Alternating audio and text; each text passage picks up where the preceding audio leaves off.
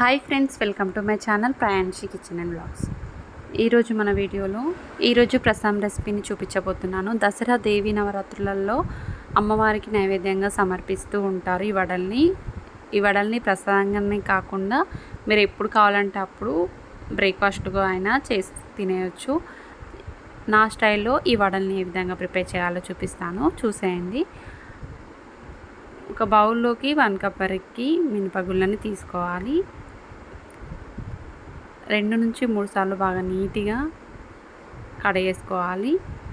ఇలా కడిగిన తర్వాత ఇందులోకి మనం 2 టేబుల్ స్పూన్ల వరకు రైస్ని వేసుకోవాలి. క్రిస్పీగా రావడం కోసం నేను ఇక్కడ రైస్ని వేస్తున్నాను. ఇలా రైస్ వేసుకున్న తర్వాత మరొక 2 టైమ్స్ వరకు బాగా నీట్గా కడిగేసుకోవాలి. ఇప్పుడు ఇందులోకి మనం పప్పు మునిగేంత వరకు వాటర్ని వేసుకోవాలి. ఇలా వాటర్ వేసుకొని మూత పెట్టుకొని 4 గంటల వరకు నానబెట్టుకోవాలి.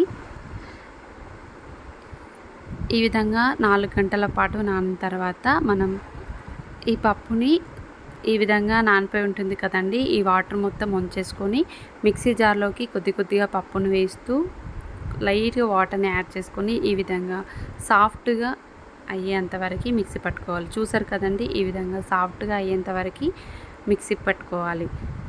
మరీ పల్చగా కాదండి, నేను చూపించిన విధంగా ఇలా ఉండాలి. మరీ పల్చగా చేసుకుంటే వడలు అనేటివి గట్టిగా వస్తాయి కాబట్టి మీరు పల్చగా చేసుకోకండి. వీడియోలో చూపించిన విధంగా మిక్సీ పట్టేసుకోవాలి. ఈ పిండిని ఒక బౌల్లోకి వేసేసుకోవాలి. ఇలా బౌల్లోకి వేసేసిన తర్వాత మూత పెట్టేసుకొని ఒక ఓవర్ నైట్ మొత్తం ఫ్రిడ్జ్లో పెట్టేసుకోవాలి. ఇలా మరుసటి రోజు ఈ పిండి అనేది మరి కాస్త గట్టి పడుతుంది. మీరు కనుక పల్చగా అయ్యింది అని అనుకుంటే లైట్గా బియ్యం పిండినైనా యాడ్ చేసుకోవచ్చు. ఇలా ఫ్రిడ్జ్లో పెట్టడం వల్ల పిండి అనేది గట్టిగా అవుతుంది. ఇప్పుడు ఇందులోకి సన్నగా కట్ చేసి పెట్టుకున్న 4 పచ్చిమిర్చి, ఒక ఆనియన్ని ఈ విధంగా స్లైసెస్గా కట్ చేసుకొని వేసుకోవాలి. చిన్నగా ఇలా చిన్నగా అల్లం ముక్కల్ని ఈ విధంగా కట్ చేసుకొని వేసుకోవాలి. వీటన్నింటినీ వేసుకున్న తర్వాత మొత్తం ఒకసారి కలిపేసుకోవాలి. చూసారు కదండి, ఈ విధంగా కలిపేసుకోవాలి. మీకు కావాలంటే కరివేపాకునైనా ఈ విధంగా చిన్న కట్ చేసుకొని వేసుకోవచ్చు. నేను కరివేపాకు వేయలేదండి. ఇష్టం ఉన్నవారు కరివేపాకు కూడా వేసేసుకోవచ్చు. ఇందులోకి టేస్ట్కి సరిపడంత సాల్ట్ని వేసుకోండి. నేను ఇక్కడ 1 టేబుల్ స్పూన్ వరకు సాల్ట్ని వేసుకొని మొత్తం కలిపేసుకుంటున్నాను. ఇలా కలిపేసుకొని మూత పెట్టేసుకొని ఒక 5 మినిట్స్ వరకు పక్కన ఉంచుకుందాం. ఇలా స్టవ్ ఆన్ చేసి ప్యాన్ పెట్టుకోవాలి. అందులో డీప్ ఫ్రైకి సరిపడంత ఆయిల్ని వేసుకోవాలి. ఆయిల్ అనేది బాగా హీట్ ఎక్కిన తర్వాత ఇలా వడ పిండిని ఈ విధంగా తీసుకొని ఇలా వీడియోలో చూపించిన విధంగా వడల్లా వేసేసుకోవాలి.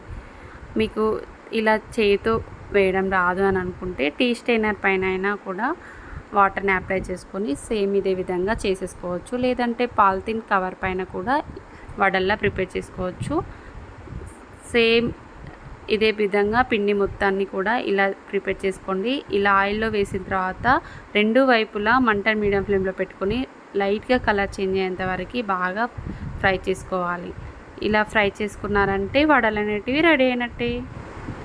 అంతే అండి, చాలా సింపుల్గా వడల్ని ఇలా ప్రిపేర్ చేశాను. చూసారు కదండి, మీకు కూడా నా వీడియో నచ్చిందనే అనుకుంటున్నాను.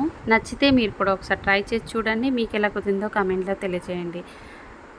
మరిన్ని ప్రసాదం రెసిపీస్ కోసం మా ఛానల్ డిస్క్రిప్షన్లో లింక్ పెడతాను, ప్రెస్ చేసి చూసేయండి. మా ఛానల్ నచ్చితే ప్లీజ్ లైక్ చేయని వాళ్ళు లైక్ చేసుకోండి, సబ్స్క్రైబ్ చేయని వారు సబ్స్క్రైబ్ చేసుకోండి. పక్కనే ఉన్న బెల్ని క్లిక్ చేస్తే నేను పెట్టే ప్రతి నోటిఫికేషన్ మీకే ముందు వస్తుంది.